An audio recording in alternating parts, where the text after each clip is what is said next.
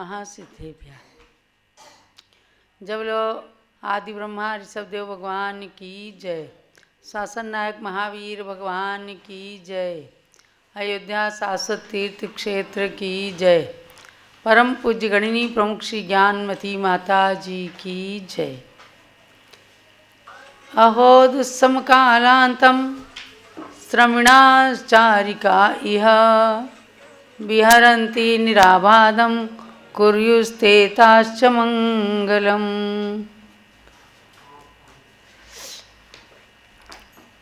प्रवचन निर्देश का ग्रंथ में प्रकरण चल रहा है पंचम काल में मुनियों का अस्तित्व।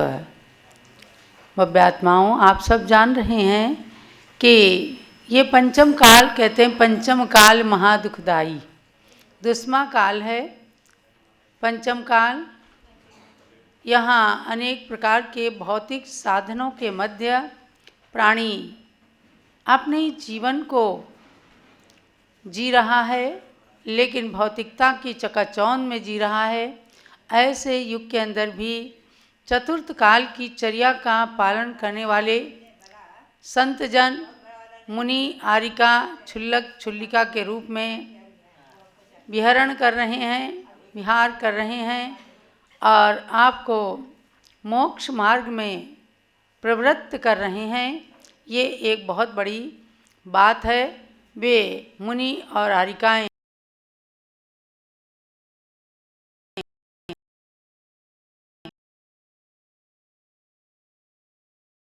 आप आ जाएंगे आज पेज नंबर 157 पर। भगवान महावीर के तीर्थ में धर्म विच्युति नहीं है। आप कहेंगे कि ये कैसा हेडिंग है? यही है। भगवान ऋषभदेव से लेकर भगवान महावीर तक 24 तीर्थंकर हुए। उनमें बताया सुविधिनाथ को आदि में लेकर 7 तीर्थों में उस धर्म की विच्युति हुई थी। सुविधिनाथ माने पुष्पदंतनाथ भगवान। पुष्पदंतनाथ भगवान से लेकर और धर्म परंपरा जो विच्छिन्न हुई वह है धर्मनाथ भगवान तक। उसके बाद शांतिनाथ भगवान से पुनः अविच्छिन्न परंपरा चली। इसको आप जब पढ़ेंगे तो ज्ञात होगा कि तिलोपनति ग्रंथ में कहा गया है कि हुंडाव सर्पणी के दोष से यहाँ 7 धर्म के विच्छेद हुए हैं। उस समय दीक्षा के अभिमुख होने वालों का अभाव होने पर धर्म रूपी सूर्यदेव अस्तमित हो गया था। यानी धर्म तीर्थ की विच्युति का मतलब ये दिया, बहुत बड़ी बात है कि वो 7 समय ऐसे आए, 7 तीर्थंकरों के मध्य में काल ऐसा आया जब किसी ने मुनि दीक्षा धारण नहीं की। और उसके बाद आया कि मतलब ऋषभदेव से लेकर पुष्पदंतनाथ भगवान तक धर्म परंपरा अविच्छिन्न रूप से चली। पुनः पुष्पदंत नाथ भगवान से लेकर के धर्मनाथ भगवान तक कोई जनेश्वरी दीक्षा लेने वाले नहीं रहे। धर्मनाथ भगवान के तीर्थ में पाव पल्ली का विच्छेद रहा। पुनः शांतिनाथ भगवान से ये परंपरा पुनः महावीर भगवान तक अविच्छिन्न परंपरा चली है। इसको आप थोड़ा यहाँ पर ये बात समझने की है कि मुनि संघ के बिना धर्म की परंपरा नहीं चल सकती। इसी का स्पष्टीकरण और भी श्री यति वृषभ आचार्य ने किया है तिलोपनति ग्रंथ में। उन्होंने कहा कि गौतम स्वामी से लेकर अंगपूर्व के एक देश के जानने वाले मुनियों की परंपरा के काल का प्रमाण 683 वर्ष होता है। उसके बाद जो श्रुत तीर्थ धर्म प्रवर्तन का कारण है वह 20,317 वर्षों में काल दोष से विच्छेद को प्राप्त हो जाएगा। अर्थात पंचम काल लगने के बाद 683 वर्ष तक तो अंग और पूर्व रूप श्रुत के ज्ञाता हुए। पुनः आगे बहुत उसमें भिन्नता हो गई और धीरे धीरे करके लोगों का ज्ञान अल्प हो गया और अंत में केवल आचार्य धरसेन स्वामी को मिला, जिससे पुष्पदंत भूतबली आचार्य ने उनसे अध्ययन करके और षटखंडागम ग्रंथ हमें प्रदान किया। यानी समझना यह है कि पंचम काल 21,000 साल का है और पंचम काल के अंत तक धर्म का विच्छेद नहीं होगा। मतलब मुनि आरिका चुल्लक चुल्लिका दीक्षा लेते रहेंगे और श्रावक भी सद्गृहस्थ बनकर मोक्ष मार्ग की परंपरा को चलाते रहेंगे। तो इस पूरे समय तक चातुर्वर्ण संघ जन्म लेता रहेगा, किंतु उसके साथ एक दोष बताया। लोग प्रायः अविनीत, दुर्बुद्धि, असूयक, 7 भय व 8 मदों से संयुक्त, शल्य एवं गार्वों से सहित, कलह प्रिय, रागिष्ठ, क्रूर एवं क्रोधी होंगे। यानी कि लोगों में काफ़ी विकार भाव आ जाएगा, कसाय और पाप की ओर बढ़ते रहेंगे। तो ये काल का दोष है, लेकिन इतने के बावजूद भी संतों की परंपरा चलती रहेगी। आप कहते हैं कि मुनि के अभाव में धर्म, राजा और अग्नि का भी अभाव हो जाएगा। जैसे इस पंचम काल के अंत में कल्कि होगा, उसके समय में वीरांगन नाम के एक मुनि, सर्वश्री नाम की आरिका, अग्निदत्त नाम के श्रावक और पंगुश्री नाम के श्राविका, ऐसे श्रावक युगल होंगे। एक दिन कल्कि राजा की आज्ञा से मंत्री के द्वारा मुनि के हाथ का प्रथम ग्रास आहार का शुल्क रूप में मांगा जाएगा। तब मुनि अंतराय करके वापिस आ जाएंगे और वे अवधिक ज्ञान से जान जाएंगे कि अब दुष्यम काल का अंत आ गया है। फिर प्रसन्न चित्त होते हुए आरिका को, श्रावक युगल को बुला करके और चारों लोग चतुर आहार का त्याग करके सल्लेखना संन्यास ग्रहण करेंगे और 3 दिन बाद कार्तिक कृष्ण अमावस्या के स्वाति नक्षत्र में शरीर को छोड़कर देवपद प्राप्त कर लेंगे। यानी पंचम काल के अंत तक अवधिक ज्ञान की उपलब्धि भी रहेगी और कैसे कैसे वे देवपद को प्राप्त करेंगे संन्यास ग्रहण करके, ये बात आपने जाना। और उसके बाद उसी दिन मध्याह्न काल में क्रोध को प्राप्त हुआ कोई असुर कुमार देव राजा को मार डालेगा और सूर्यास्त के समय अग्नि नष्ट हो जाएगी।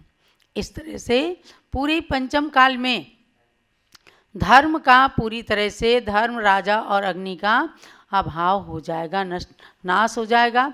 फिर छठा काल इस धरती पर आ जाएगा। लेकिन अभी चिंता मत करना, अभी 18,500 लगभग वर्ष शेष हैं। इसमें धर्म भी गिरता पड़ता, कभी उन्नति की ओर कभी अवनति की ओर दिखेगा। आज तो हमें ये विश्वास करना है कि धर्म अवनति की ओर नहीं, उन्नति की ओर चल रहा है। कहीं कहीं विशेष रूप से अनार्य प्रवृत्तियाँ चल रही हैं, खान पान, खानदान की शुद्धि का प्रायः अभाव हो रहा है। तो पंचम काल के 3 वर्ष 8 माह और 1 पक्ष बीत जाने पर महाविषम छठा काल प्रवेश करेगा। इन वीरांगन मुनि के पहले पहले हमेशा मुनियों का विहार इस पृथ्वी तल पर होता ही रहेगा। अब इसमें शंका की गई कि अभी चारित चक्रवर्ती आचार्य शांति सागर महाराज के पहले निर्दोष मुनि कहाँ थे, अतः मुनि की अविच्छिन्न परंपरा कैसे मानी जा सकती है। सब लोग कहते हैं ना कि आचार्य शांति सागर महाराज इस युग के प्रथमाचार्य थे, तो एक शंका उठाई गई। तो ज्ञानमती माता ने बताया है कि ऐसा ज्ञात होता है कि इनके पहले भी हमेशा दक्षिण में मुनि विचरण करते थे। यदा कदा मुनियों के दर्शन भी लोग करते थे। जब किसी को मुनियों के दर्शन करने होते थे तो दक्षिण भारत में जाकर उन्हें खोज करके और दर्शन हुआ करते थे। ज़्यादा परिचित लोग नहीं थे मुनियों से। शांति सागर महाराज ने उसका प्रचार प्रसार विशेष किया। अपने महान त्याग के प्रभाव से और दक्षिण से उत्तर भारत में विहार करके जो मुनि परंपरा का जीर्णोद्धार विकास किया, आज उन्हीं का उपकार है कि हमें लगभग 1700-1800 पिच्छीधारी संत देखने को मिल रहे हैं। आजकल के मुनियों के प्रति श्रावकों के क्या कर्तव्य हैं उसको बताते हैं। ग्रंथकर्ताओं ने जो बताया है, कलौ काले चले चित्ते देहे चान्नादि कीटके एतच्चित्रं यदद्यापि जिनरूपधरा नराः यथा पूज्यं जिनेन्द्राणां रूपं लेपादिनिर्मितं तथा पूर्वमुनिच्छाया पूज्या सम्प्रति संयताः भुक्तिमात्रप्रदाने तु का परीक्षा तपस्विनां ते सन्ताः सन्त्वसन्तो वा ग्रहीदानेन शुध्यति। तो इन श्लोकों के माध्यम से कहा कि आज बहुत इस कलिकाल के अंदर जब मनुष्यों का चित्त बड़ा चंचल है, शरीर बिल्कुल अन्न का कीड़ा बना हुआ है, तो भी एतत् चित्रम, यह आश्चर्य की बात है, तो भी जिन रूप को धारण करने वाले संतजन मनुष्य के रूप में विद्यमान हैं और लेप पाषाण आदि से निर्मित जिन प्रतिमाएं पूज्य हैं, जैसे वैसे आजकल के मुनियों में भी पूर्व काल के मुनियों की स्थापना करके या उनकी प्रतिकृति मानकर उनकी पूजा करना चाहिए। वे सज्जन हो या दुर्जन, अपने कर्म का फल वे स्वयं भोगेंगे, लेकिन गृहस्थ का कर्तव्य है कि आप जो है आहार मात्र संतों को देते हैं, तो किसी तपस्वी की परीक्षा करने का आपको कोई अधिकार नहीं है। किसी का कोई प्रत्यक्ष में कोई दोष देखते हैं तो मध्यस्थ होने की बात है, लेकिन जो केवल मुनियों में छिद्रान्वेषी ही होते हैं, उनके दोषों को ही देखते हैं, उनके लिए कहा कि भव्यात्मन, तुम्हें क्या करना है, तुम्हें तो केवल एक मुट्ठी आहार देना है। वह संत हैं या असंत हैं, तुम्हें क्या लेना, तुम तो दान देकर शुद्ध हो जाओ, बाकी का उनके ऊपर खुद डाल दो। तो इस तरह से बताया कि गृहस्थों का ये आज भी कर्तव्य है कि संतों की पूरी चर्या का निर्वाह कराएं और स्वयं उनकी भक्ति करके पुण्य का अर्जन करें। तो उसके अंदर एक बात कही कि जैसे एक खंबे पर मकान नहीं ठहर सकता, वैसे ही ये शासन भी एक पुरुष के आश्रय से नहीं ठहर सकता है।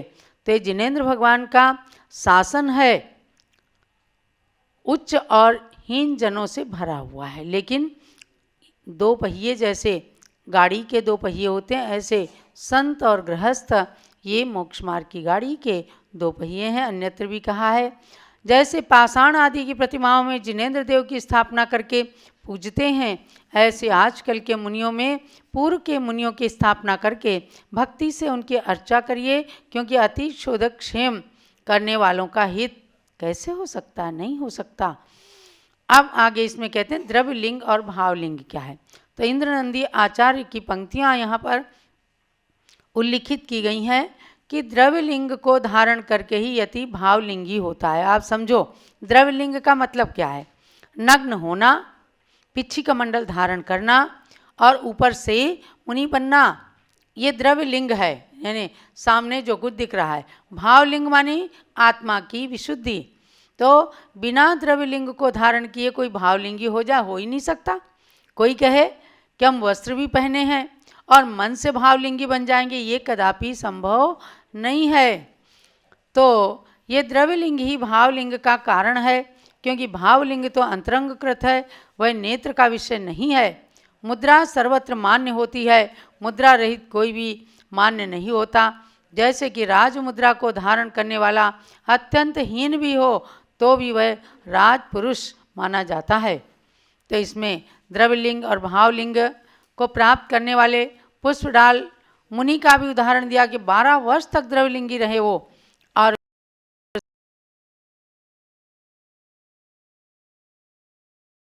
किया गया और वह प्रायश्चित लेकर शुद्ध हो गए। ऐसे अनेकानेक उदाहरण मिलते हैं।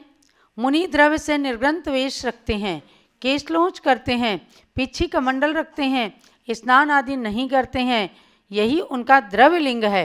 पहले आप समझो द्रव्यलिंग और भावलिंग क्या है। द्रव्यलिंगी से लोग समझ लेते हैं कि बस ये मिथ्या दृष्टि है।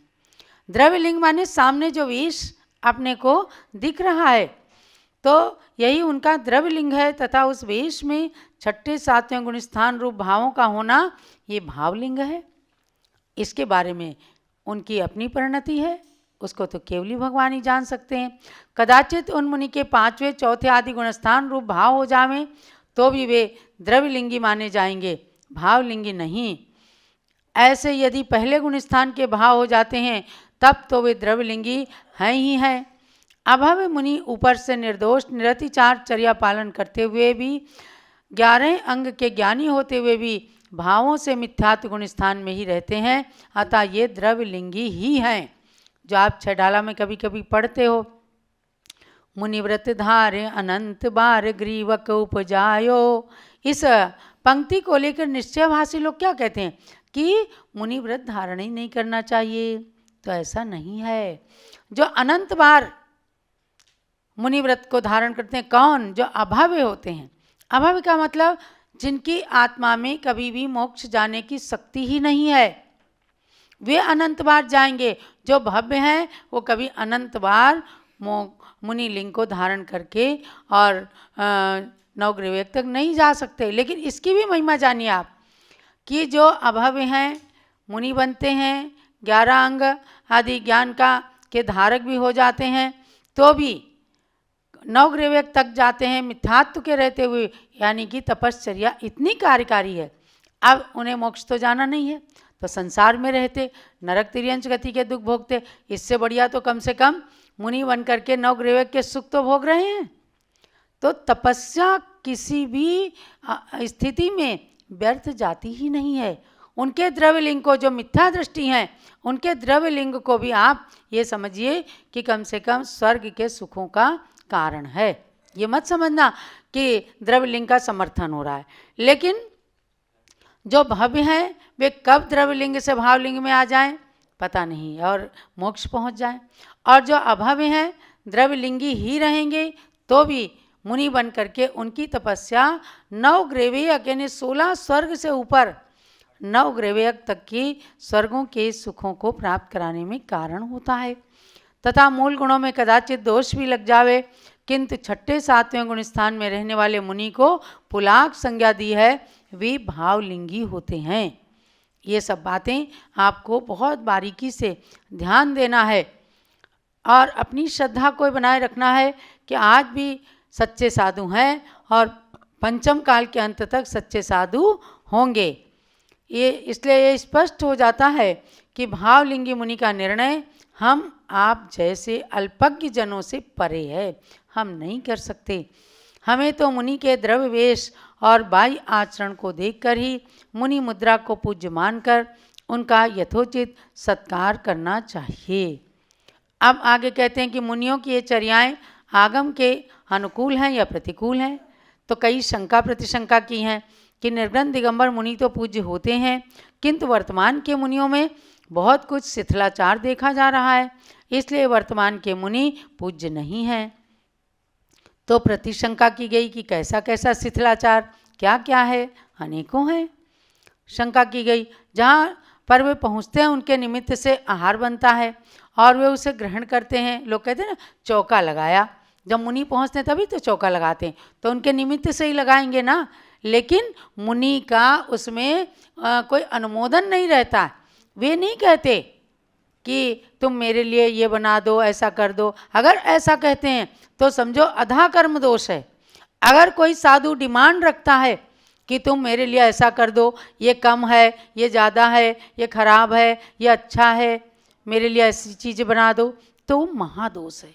फिर तो उसे साधु बनने से अच्छा है कि गृहस्थ। तो बहुत अच्छे से किया है कि इस विषय को आगम से समझने की आवश्यकता है। मूलाचार आदि ग्रंथों में क्या विधान है और पुराणों में महामुनियों की चर्या के कैसे कैसे उदाहरण मिलते हैं, उन्हें अवश्य समझना चाहिए। कुंद कुंद देव ने भी बताया कि कृतकारित अनुमोदना से रहित प्रासुक और प्रशस्त आहार जो कि पर के द्वारा दिया गया है, उसे समभावों से ग्रहण करना ऐष्णा समिति है। बस इतना ही आज की चर्या चलती है कि हम किसी प्रकार की कोई अनुमोदना ना करें, श्रावक से कोई डिमांड ना रखें, जिस प्रकार से वह भक्ति से आहार दे रहा है उसको ग्रहण करें बस।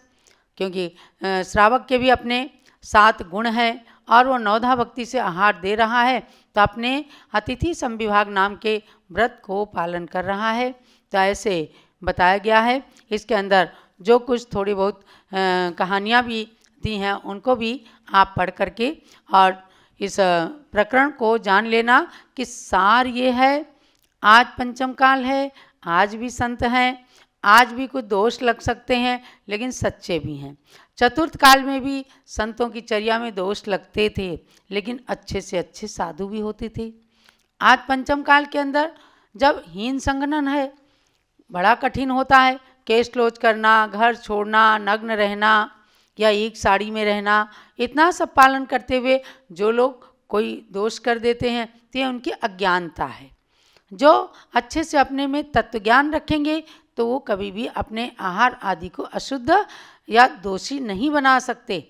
तो दिया है कि एक उदाहरण इसके अंदर दिया है कि एक राजा ने मुनि को अपने यहाँ आहार हेतु ही कर दिया, सारे राज्य के अंदर ढिंडोरा पिटवा दिया कि मुनि का आहार मेरे यहाँ ही होगा।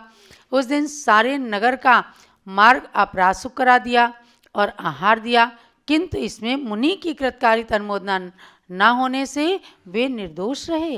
राजा ने सोच लिया मुनि का क्या है, सबके घर जाएंगे, जिसके यहाँ नवधा भक्ति होगी, जिसके यहाँ विधि मिलेगी, निर्दोष आहार मिलेगा, करेंगे। लेकिन राजा ने अगर किया तो राजा को थोड़ा बहुत दोष लगा। वे भी मुनि के आहार की उत्कट भावना से अपने कर्मों को काट लेते हैं, लेकिन मुनि को कुछ पता ही नहीं है। वे तो जहाँ प्रासुक रास्ता देखते हैं, घास नहीं है, फलाना कुछ गीला नहीं है, तो उस रास्ते से चले जाते हैं, और जहाँ उनकी विधि मिल जाती है वहीं पड़गाहन हो जाता है, वे अपना निर्दोष आहार करके चले आते हैं। इसमें एक और नंदीसेन मुनिराज जो 11 अंग के धारी थे और अनेक रिद्धियों के स्वामी थे, एक दिन इंद्र सभा में उनके वैयाव्रत गुण की प्रशंसा होने पर एक देव परीक्षा हेतु रुग्ण मुनि का रूप बनाकर आ गया। तो उन्होंने क्या किया, नंदीसेन ने यथोचित परिचर्या करके उससे पूछा, हे मुनि आपकी किस भोजन में रुचि है। यानी मुनि लोग भी, संत लोग भी आपस में एक दूसरे की औषधि आदि या उनके रोग के अनुसार, उनके शरीर के अनुसार आहार की व्यवस्था कराते हैं। तो भोजन में रुचि उनकी पूछी तो मुनि ने कहा पूर्व देश के धान का भात, क्योंकि वो परीक्षा करने आए थे, पांचाल देश की मूंग की दाल, पश्चिम देश की गायों का घी, कलिंग देश की गाय का दूध इत्यादि मिल जाए तो मेरा स्वास्थ्य ठीक हो जाएगा।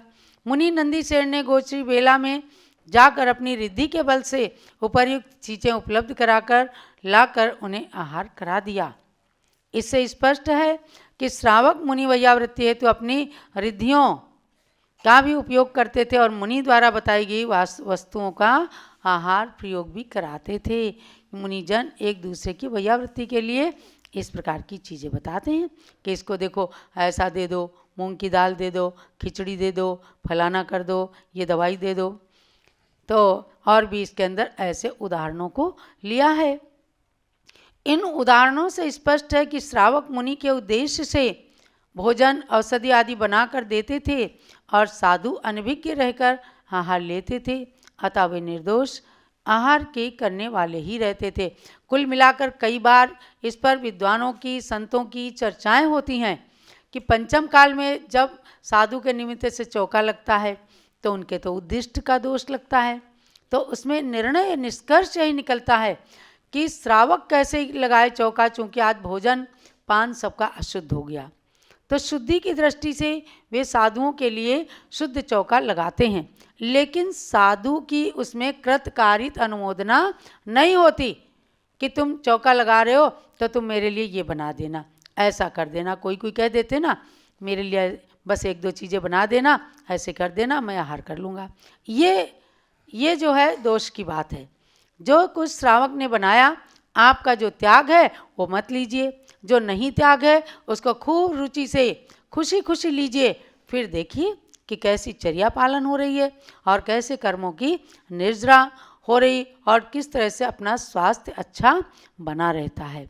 प्रथमान योग में इसके अनेक उदाहरण हैं। किस चीज़ के? आजकल मुनि ग्राम और नगरों में भी ठहरते हैं, जंगल में, गुफाओं में, कंदराओं में पंचम काल के मुनियों को ठहरने के ज़्यादा निर्देश नहीं है। भाव संग्रह, भद्रबाहु चारित्र, पद नंदी पंचविंशतिका आदि ग्रंथों में मुनियों का इस पंचम काल में ग्राम, नगर के मंदिर, धर्मशाला आदि में ठहरने का विधान किया गया है। इस प्रकार से आप इसको पढ़िए। और थोड़ा सा प्रकरण रह गया है, मैं कल आपको इस प्रकरण को पूरा करवाऊंगी। और इस स्वाध्याय का सार समझ करके समस्त संतों की खूब भक्ति करें। केवल पिच्छी कमंडल देखें, कोई संतवाद पंथवाद से ना बंधें।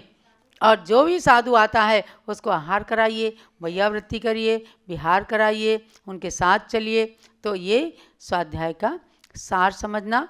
और 30 तारीख को यानी परसों के दिन आपकी परीक्षा होने वाली है। पेज नंबर 124 से लेकर 169 तक आपके 2 चैप्टर की परीक्षा है। चारों अनुयोगों की सार्थकता और पंचम काल में मुनियों का अस्तित्व। इन दोनों प्रकरणों को आप अच्छे से पढ़िए। जो पहले के प्रवचन है encyclopedia-of-jainism.com में आप प्रवचन निर्देश का क्लास ऐसे सर्च करेंगे, सारे प्रवचन के ऑडियो आ जाएंगे। ऐसे ही भारत गौरव ज्ञानमती माता जी यूट्यूब चैनल में आपको सारे वीडियो प्रवचन मिलेंगे। सुन करके अपने विषय को परिपक्व करें, परीक्षा में उत्तीर्णता प्राप्त करें। सबके लिए मंगल आशीर्वाद। जावाणी के ज्ञान ते सूझे लोकालोक, सोवाणी मस्तक चढ़ो सदा देतऊँ दोग। हे जिनवाणी भारती तोई जपूँ दिन रैन, जो तेरी शरणा गए सो पावे सुख चैन। ज्ञानमती को नित नमो, ज्ञान कली खिल जाए, ज्ञान ज्योति की चमक में जीवन मम मिल जाए।